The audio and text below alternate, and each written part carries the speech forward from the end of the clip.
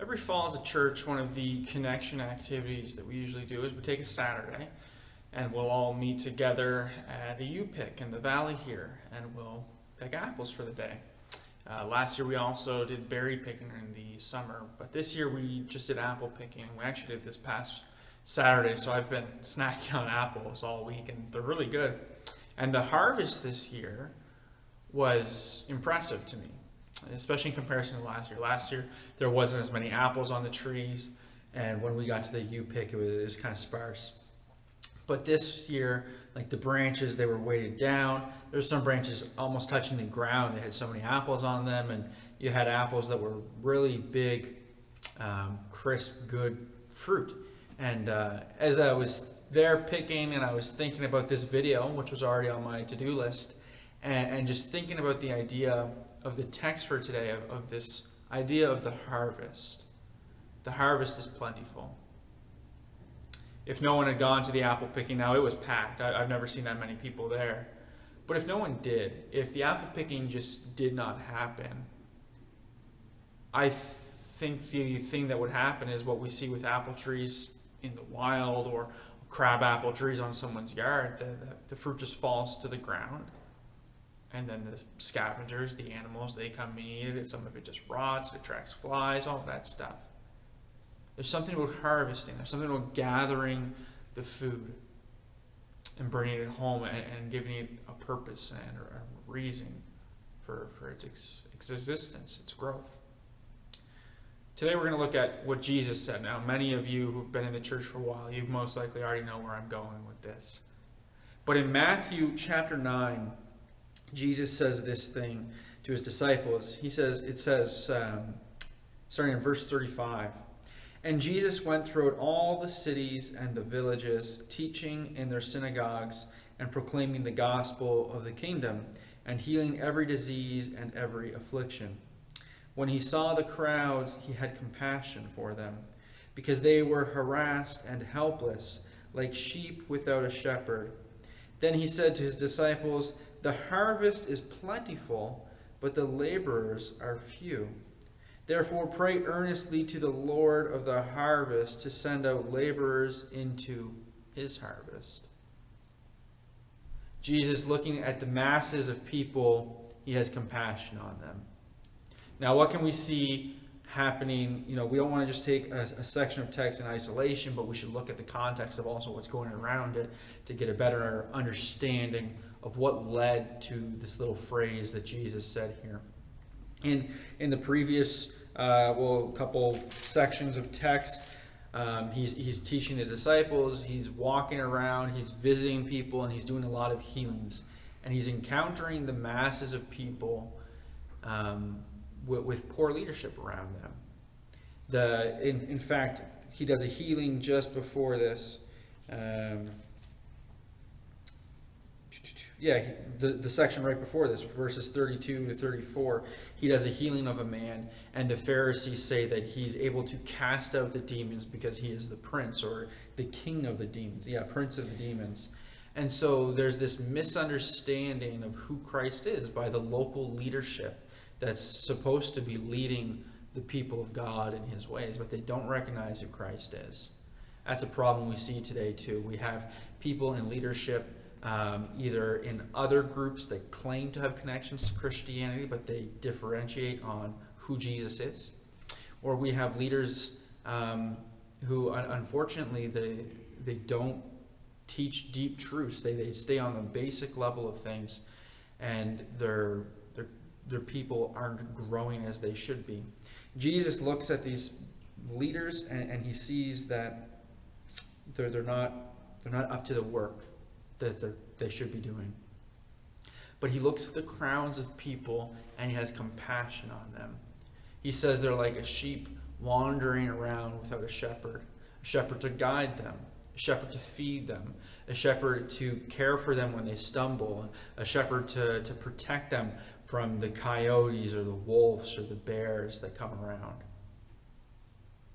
That's a term that he's using towards those leaders, that they're not there, they're not feeding them properly, they're not protecting them, they're not guiding them.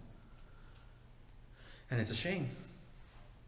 And he has this desire to see that change. And so he turns to his disciples and he tells them to pray to God, pray earnestly that God would send laborers to go into the field to work the harvest. And once again, let's not take this in isolation. What follows after this? Jesus actually gathers the 12 apostles again, and he sends them out, and he gives them instruction of the things that they should be doing, the people they should be going to, that they're going to spread the gospel, they're going to spread the good news. And so Jesus asks them to pray, and then he uses them to answer their own prayer, that they would be sent out to these very crowds of people to proclaim that gospel, to feed them, to protect them, to guide them, to take them into the flock and shepherd them. A biblical term, obviously for shepherding, but also for pastoral work, what was to be a shepherd there. Now, those apostles have long passed away.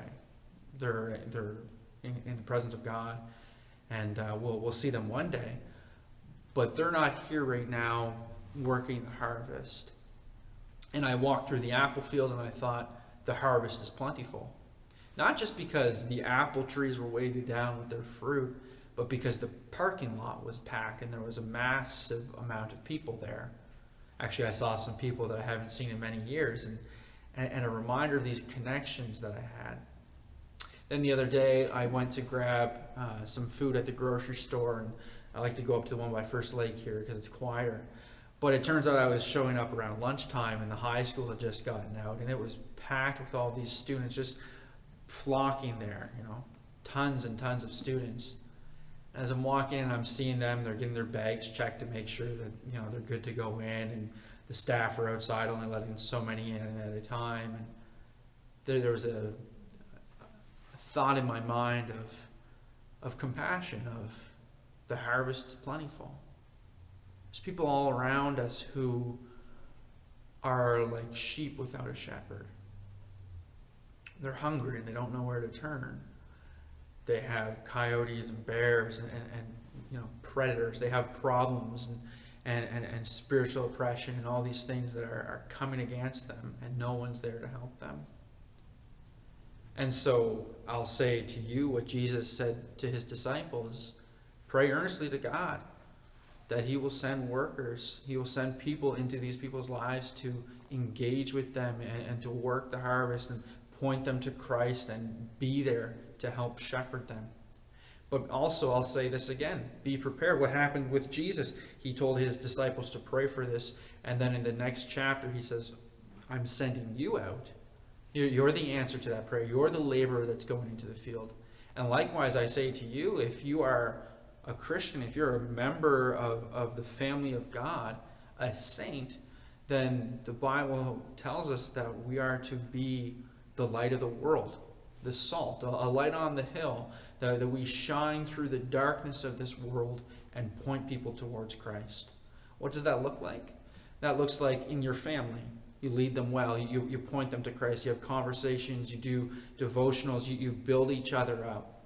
It means with your neighbors, with your co-workers, with random people you have encounters with. Just that you would have a mind set on how can I point others to Christ? How can I show them the truth?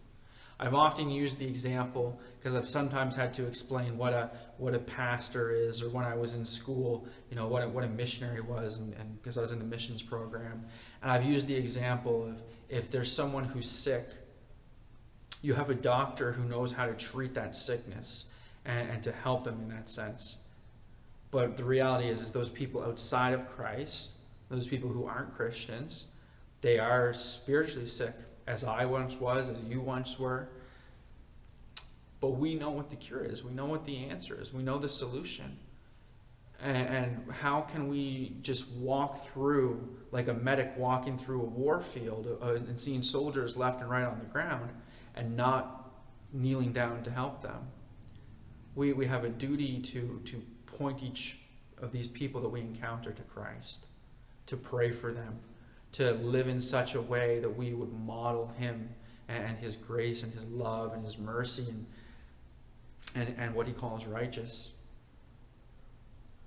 The harvest is plentiful. It was plentiful then. It's plentiful now.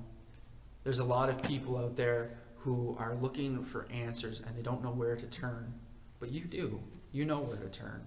And so I would encourage you to do that, to minister to the people around you.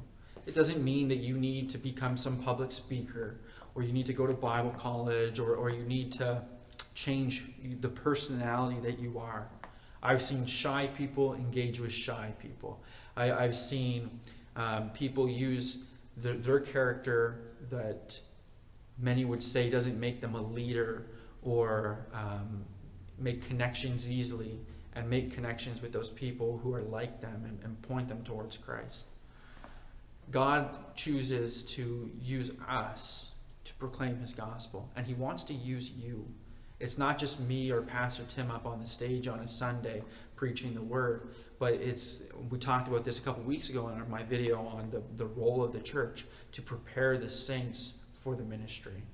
This is what God, our King and our Heavenly Father, wants me to do and wants you to do.